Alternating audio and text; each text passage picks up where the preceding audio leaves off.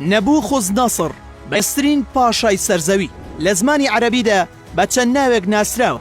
زۆرێک پێی دەڵێن نەبوخۆز نەسڕ یاخود بەختەرشاه و هەندێکی دیکەش پێی دەڵێن بوخت نەسڕی، بەڵام ناوە ئەکەدیەکەی نیپۆ کۆدرۆ ئۆسۆرە. لەگەڵەوەشدا مێژونووسان ناوی نەبوخۆز نەسڕی گەورە یاخود نەبوخۆز نەسڕی دووەمیان لێناوە. نەبوخۆز نەسڕ هەر لە تەمەنی لاوێتیەوە لەگەڵ باوکیدا سوپایەکی بەڕێوە دەبرد و سەرکردەی سوپاکە بوو. سەرەتا لەگەڵ باوکیدا بەرەو باکووری ئاشوور بەڕێکەوتن و دەستیان بەسەر ناوچەکانی ئەو ناوەداگرت. دواتر باوکی دەگەڕێتەوە بۆ بابل و بەرپرسیارەتی فراوانخوازیەکان و سوپاکە بەسەر کوڕەکەیدا بەجێ دەهێڵێت.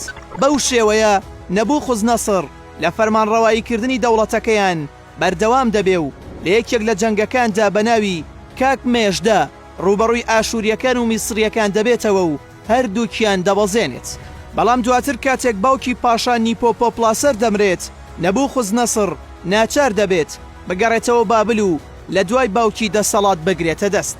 نەبوخۆز نەسڕ تەنها فەرماندەیەکی سوپانە بوو، بەڵکو خاوەنی لێهاتووی و زیرەکێکی زۆر بوو. لەگەڵەوەشدا کەسێکی بیرکراوە بوو و ڕێزی لە هەموو جۆرە ئاینێک گرتووە. بە شێوەیەک هەر ناوچەیەکی داگیر بکردایە ڕێگای دەدا کە ئەو خودایی خۆیان بڕوایان پێێتی بیپەرستن. هەروەها بە دروستکەری باخچاڵ واسراوەکانی بابل دادەنرێت کە بە یەکێک لە حەوت سەرسڕهێنەرەکانی جیهانی کۆن ناسراوە. پاشان لە ناو بابلدا دوو شورای زۆر گەورەی بنیادنا کە یەکێکیان لە بەشی ناوەوەی شارەکەدا بوو، ئەوی دیکەش لە دەرەوەی شارەکە بوو. خاوەنی 8 دەروازە بوو، گەورەترینیان 8 بوو. بەو شێوەیە بابل بە یەکێک لە جوانترین شارەکانی سەردەمی خۆی ناسێنرا بوو. چەندین پەرستگای تێدا بوو، لەوانەش پەرستگای ئیسلاکیلا و پەرستگای ئیتیمینانکی.